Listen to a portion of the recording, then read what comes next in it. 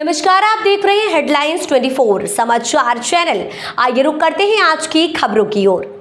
आगामी ईद उल अजहा के मौके पर ईदगाह शाहजहानी ईदगाह पार्किंग को व्यवस्थित किया जाए। ईदगाह की और जाने वाली सड़कों रास्तों को दुरुस्त कर ईदगाह के आसपास साफ सफाई के इंतजाम किए जाए। जमीयत उलमा मध्य प्रदेश ने की मध्य प्रदेश वक्फ बोर्ड औकाफ अम्मा नगर निगम से मांग। भोपाल आज दिनांक 10 जून जमीयत उलमा मध्य प्रदेश द्वारा जमीयत उलमा मध्य प्रदेश के अध्यक्ष हाजी मोहम्मद हारून साहब के मार्गदर्शन में आगामी त्योहार ईद उल अजहा की तैयारियों को लेकर ईदगाह परिसर, ईदगाह पार्किंग एवं ईदगाह के आसपास स्थायी रूप से साफ सफाई एवं ईदगाह की और जाने वाली सड़कों रास्तों और गलियों को दुरुस्त करने की मांग की है। जमीयत उलमा के हाजी मोहम्मद इमरान ने कहा कि ईद उल फित्र के मौके पर सही रूप से ईदगाह और उसके आसपास और पार्किंग की सही सफाई नहीं हो पाई थी और आगामी 17 जून को ईद उल अजहा का त्योहार मनाया जाएगा, जिसमें लाखों की संख्या में मुस्लिम समाज ईदगाह ईद उल अजहा की नमाज अदा करने पहुंचेगा, जिसको ध्यान में रखते हुए समय से पूर्व व्यवस्था को दुरुस्त किया जाना चाहिए ताकि समाज को ईद उल अजहा के मौके पर किसी किस्म की परेशानियों का सामना न करना पड़े। भोपाल की एकमात्र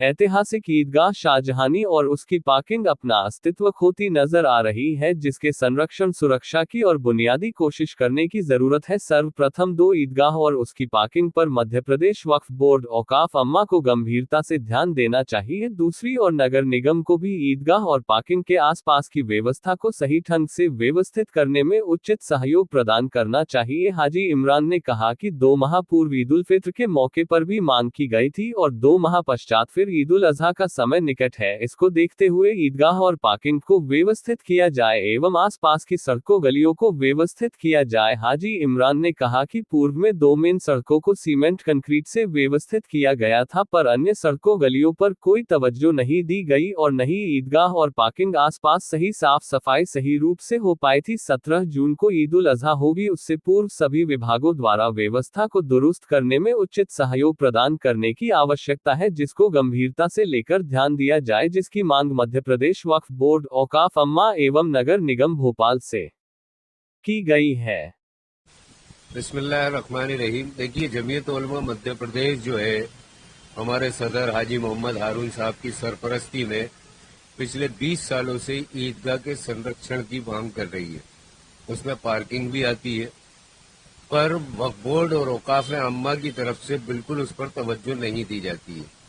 अभी हाल ही में फिर जो है ईद का त्यौहार आने वाला है, तकरीबन 1 हफ्ता किए जाए, उसका संरक्षण किया जाए। पूरी ईदगाह बदहाल हो रही है। यहाँ तक कि जो पत्थर नवाबीन बिछा के गए थे वही पत्थर वहाँ पर बिछे हुए हैं और पूरी बाउंड्री वॉल जो है खस्ता हाल हो रही थी। पहले उसमें काम हुए, 5-5, 8-8 फीट की दीवारें थी, उसको 2-2 फीट का कर दिया गया। तो सबसे पहले तो सुरक्षा के लिए यही बेकार है कि 8 फीट की दीवार को 2 फीट का कर दिया गया। और वक्फ बोर्ड की तरफ से पिछले 20-30 सालों से ईदगाह के संरक्षण की तरफ कोई तवज्जो नहीं दी गई और पार्किंग की तरफ तो कोई भी जाने को तैयार नहीं है। हमने मांग की है कई बार और अभी फिर दोबारा अपनी मांग को दोहरा रहे हैं कि कम से कम त्योहारों के मौके पर ईदगाह का दौरा करें, खुद जाकर देखें कि ईदगाह क्या हाल है, क्या वहाँ जरूरत है और क्या क्या काम करना है। जरूरी नहीं है कि हर वक्त समाजी संस्थाएं आपको जागरूक करने के लिए खड़ी रहें या कौम के ही लोग आगे आए। खुद को भी अल्लाह ने अक्ल सलीम दी है। आप लोग इतने इतने बड़े बड़े पदों पर बैठे हुए हैं, तो अपनी अक्ल का भी इस्तेमाल करते हुए त्यौहार से पहले जो है वहाँ दौरा करना चाहिए और उसकी बुनियादी जो है वो हल करना चाहिए। ईदगाह के है और खस्ता हाल होती जा रही है। अभी हाल ही में मैं देखकर आया, हमारी जमीयत की टीम ने दौरा किया कि हैया अल फलाह की तरफ जो है पूरा फुटपाथ जो बना हुआ है ईदगाह का, वो वक्त की संपत्ति है। उस पर ना साफ सफाई होती है, न कुछ होता है, न ब्लॉकिंग होती है। गुर्जे की तरफ अभी तक कोई साफ सफाई नहीं शुरू की गई है। पार्किंग में कोई साफ सफाई शुरू नहीं की गई है। तो ऐसे में जो है ईद का त्यौहार करीब है, फर्जंदान तौहीद को तकलीफ होगी या नहीं होगी? क्या वजह है सरकार को मंदिर और सारी चीजें जो डेकोरेट कर रही है, नयापन दे रही है, वक्फ बोर्ड को उदासी तक?